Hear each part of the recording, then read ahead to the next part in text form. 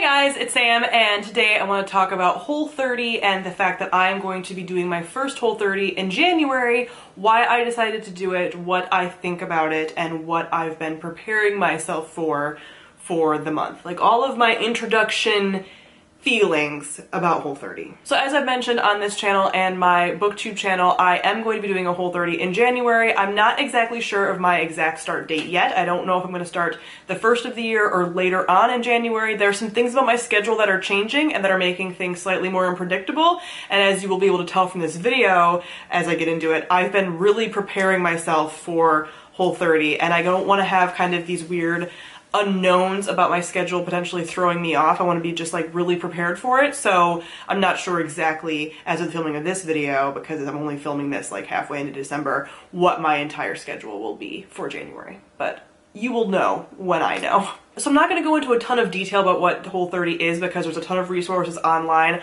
I will link the Whole30 website down below, but Whole30 is a eating protocol that is a basically elimination diet. And I'm saying diet as in the way that you're eating, not intended for weight loss necessarily. So this is not a diet that is intended for weight loss, like I said.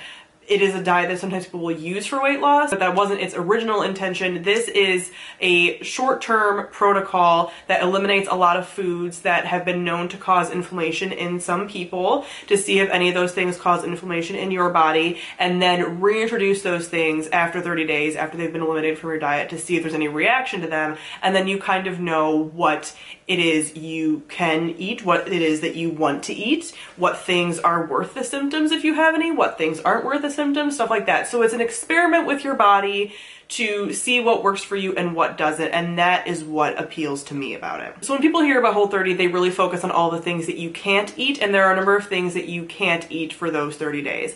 But what you can eat is any fresh fruit and vegetable, as long as it falls within the vegetables, because there's some things that we consider vegetables that are like really grains, like corn and stuff like that. So any of like the fresh leafy greens, stuff like that, anything that is a whole food that's not processed. So any kind of meat and any kind of fruit and vegetable. Also nuts, but I'm allergic to tree nuts, so I won't really be participating in any of that.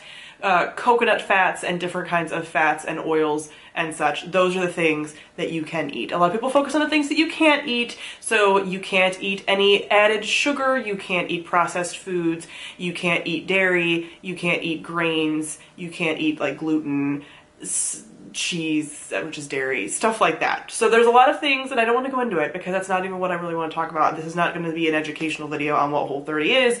This is just my introduction to why I'm choosing to do Whole30, and if you want to follow me on this little journey that I'll be having with Whole30. So I heard about the paleo way of eating, the paleo lifestyle, years ago when I first got into weightlifting, and the Whole30 is kind of based on the paleo principles of people have this idea that the way that our ancestors used to eat, like the Paleolithic ancestors, is the best thing for our body, whether you believe that or not, whatever, but that's how they base things. So with the paleo diet, you can eat some additional added sugar, so you can have natural sweeteners.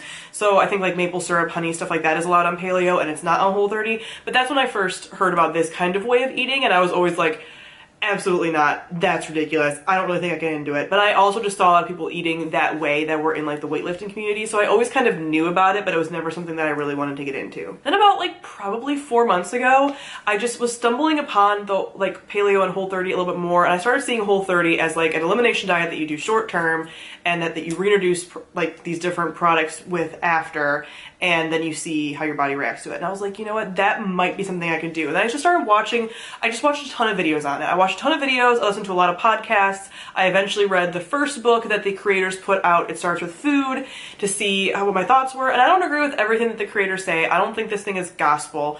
But I was like, I think I want to try this out, and I have 2 reasons for that. And they're not weight loss related. I know a lot of people go to this with the weight loss motivation. I'm not going into this to lose weight. I will talk in a second about how I think I might actually gain weight on this, but we'll see. So my first big motivation is my skin. If you've watched some of my vlogs, if you watch my Instagram stories, you will see me without like a full face of makeup and not in beautiful lighting, and you will see that my skin is problematic. I was on Accutane years ago for my skin and it cleared up, and then in the last few years it's gotten bad again. I don't know what it is. I take excellent care of my skin. I research all the products that I use. I use gentle products. I use pH balanced products. I don't use anything with fragrance. I change my pillowcase every day. I change my towel every day. I do not touch my face more than is like necessary. I wash my hands. I sanitize my phone. I drink a ton of water. I eat fairly well, as you guys will see from my what I eat in a day that I posted recently. I don't eat shitty food all the time. I still eat things with added sugar, but like I do all the things you're supposed to do. I've been to a dermatologist. I've done everything.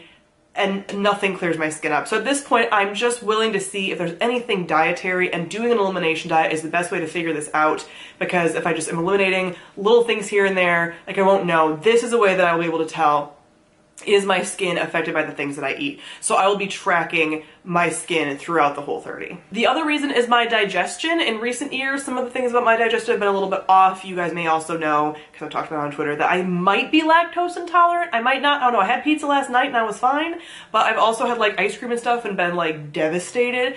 So there might be some kind of lactose intolerance. I'm also thinking that there could just be general intolerances like that are causing me to be a little bit sluggish, or, you know, nothing super huge or blown out of proportion, but just little things. And I'm willing to do this for a short amount of time and then reintroduce things to see if they affect me in a negative way. And if they do, then being able to decide, do I want to still eat those things? Are those things worth it? And making food choices that way for myself. I also just think this is really fun as an experiment. Like I'm saying, it's a short-term thing. I want to kind of see what works for my body. Every body is different. There is no one diet that works for everyone. Some of you may ask like, oh, I thought you were vegetarian or pescatarian. I've been pescatarian for years, so I do eat fish, and then I eat a mostly vegetarian plant-based diet.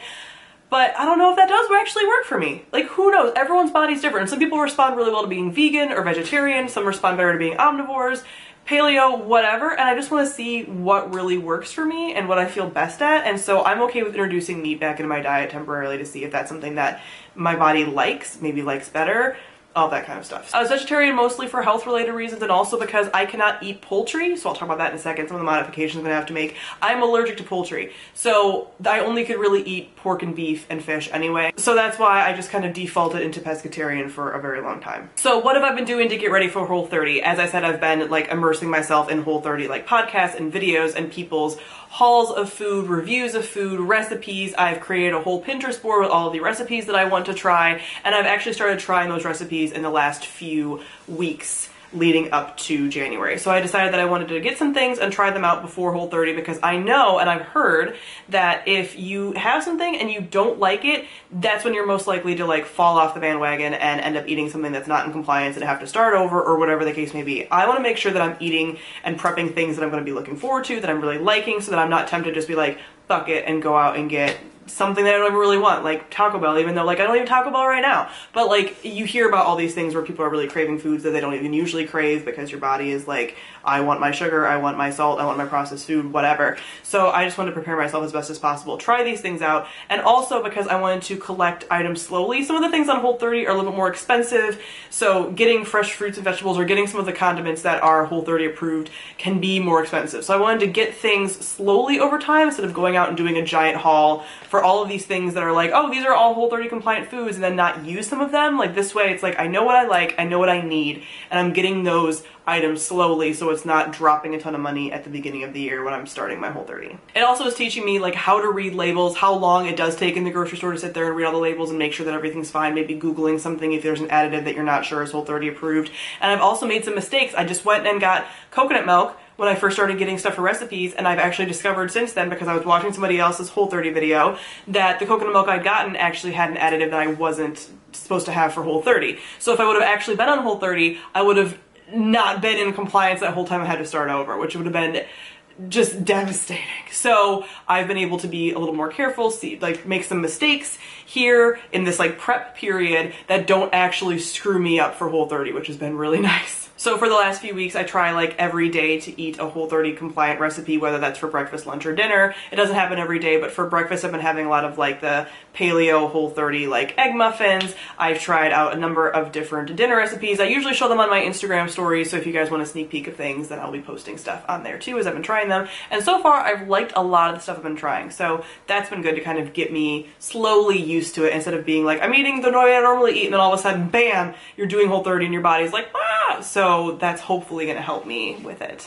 But I'm really looking forward to it. I think because I've been preparing for it for so long, I think it's gonna be challenging, but I don't think it's gonna be as challenging because I'm really preparing for it. I'm going to do a lot of food prep and things on the weekend so that I always have meals available. I'm also just gonna get stuff that I know is really easy to eat, so I'm not stuck in a situation where I'm starving and I have no food and then I just wanna run out and grab something. Like, I'm always gonna keep snacks around that are compliant, these kinds of things. So it's like, I won't be eating something just because I'm starving and hungry and all of that. So I feel like I'm really preparing myself as best as I possibly can.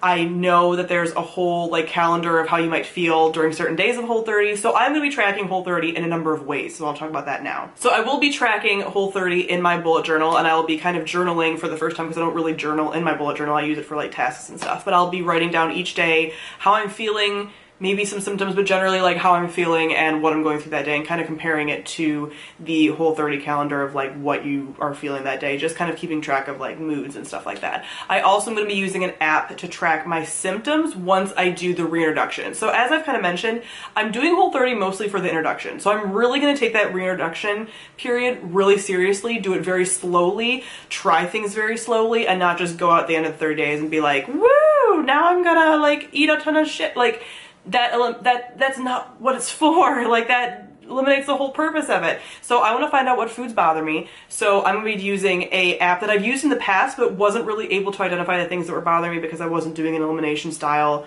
diet. So this way I'll be able to track a ton of different things. This is not sponsored in any way, by the way. This is an app that I found by myself by looking up reviews and stuff for food symptom tracker. So this is something I'll be using at the reintroduction phase, so I'll just show you that right now. So the app is called Cara, C-A-R-A, and in it you can track your food. You can just take pictures or you can type in what it actually is, and it also allows you to track your digestion, so digestion symptoms, your mental state, so mood or anything like head related. You can track medication to see if medication bothers anything, and also your bowel movements, which again, you might not want to hear, but that's something that's important too. So you get to track all of your symptoms. So I'm going to be using this during the reintroduction phase to track what foods might be bothering me. And I'll talk about the reintroduction phase more closer to when I'm stopping Whole30, so you can see what my full plan is based on how my Whole30 went and everything like that, because that might change. So I don't want to talk about that fully now, but when I do, I'll be tracking it through Cara. I'm also going to be taking probably almost daily photos of my skin to see how my skin improves, and also during the reintroduction phase to see if anything affects my skin negatively.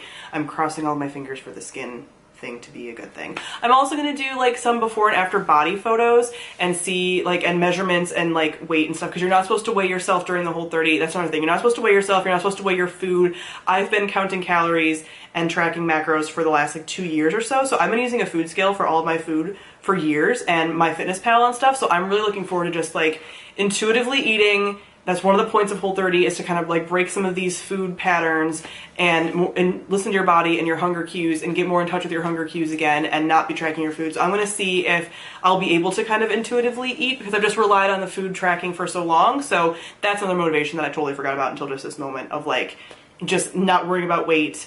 Not that I like worry consistently about weight, like I'm totally mostly fine, but there's always those days. So not worrying about weight, not worrying about the scale or anything. And like I mentioned earlier, I think I might actually gain weight on Whole30 because, like I said, I cannot eat chicken or any kind of poultry. So I can't have turkey or chicken or any of the like lower calorie meats. So I'm going to be eating like pork, fish, eggs, which is not a meat, but like that's a big protein that eating, and like beef and stuff. So that's just higher calorie food. So I think that I might end up gaining weight. I also am allergic to tree nuts, and you can't have legumes, so peanuts, on Whole30. So I can't really have like any of the like fats that come from that to remain more satiated. So I'm going to be using more of the like higher calorie fats to be more satiated throughout the day. So I'm not thinking that weight loss is going to necessarily be a thing. I think my body might change and recomp a bit. Maybe, that'd be nice. But I don't think that weight loss is going to be like a huge thing for me, because I think I'm going to be eating higher calorie meals than a lot of people do on Whole30, because they're eating like chicken and turkey and stuff like that. So as far as you guys and like engaging with my Whole30 content, I am using you guys in this community and anyone that's interested as like my accountability partners, people to talk to about it. I don't have anyone in my life I'm doing this with. I am not like having real life accountability partners or anything like that. So I just do want to talk about it and document it and do all that stuff with it. So during Whole30, I'll be doing weekly vlogs, I mean daily, talking about like my symptoms, how it's going, all that stuff, just again to kind of keep me accountable and just to talk to people about it as I'm going through it. I'll be doing grocery hauls. I might do what I eat in a day. It depends on kind of like my schedule and stuff, and if I have the availability to do that, because obviously you're cooking and prepping more food, so I don't know if that'll be a possibility. So like what I eat in a day is kind of what I'm going through, my reintroduction process, how I'm tracking things, some grocery hauls. I do plan on doing a grocery haul before I start to kind of show you the food that I'm starting with and stuff like that. So if you're interested in all of that, definitely follow me and let me know what things you would like to see that are Whole30 related. But this all boils down to the fact that I don't want to do multiple Whole30s. There's a lot of people that do multiple Whole30s for weight loss or for whatever. I want to do this as best as I can, and I know that there's a chance that maybe I'll do other Whole30s in the future,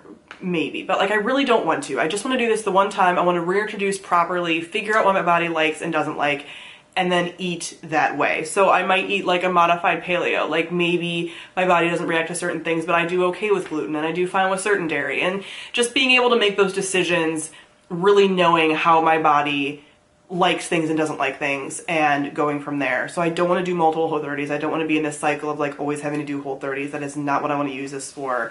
I want to try to use this as an experiment, and it's like a one-time only experiment, and then eating that way like forever. I don't know, for as long as I possibly can. And knowing that if I fall off the bandwagon and start eating trash, I just go back to eating that way. You know, like I don't need to do Whole30. So that's my goal. I might be like kicking myself later because I will have seen that that's not how it works, but like whatever. That's my reasons for starting Whole30. That's my why. That's how I'm going to track it. That's how I'm going to track it with you guys and engage with you guys about it. So let me know all of your thoughts down below about Whole30 if you've done it, if you're planning on doing it, if you want to do it at the same time as me. Like feel free to like message me and DM me, and I'll be talking about it probably on Instagram too, and posting my food on Instagram stories like I do now. So yeah, I'm going to be very Whole30 intense during January. So feel free to follow me on all the social media if that's something that you want to follow along with. So thank you all for watching, and I'll see all of you guys soon. Bye.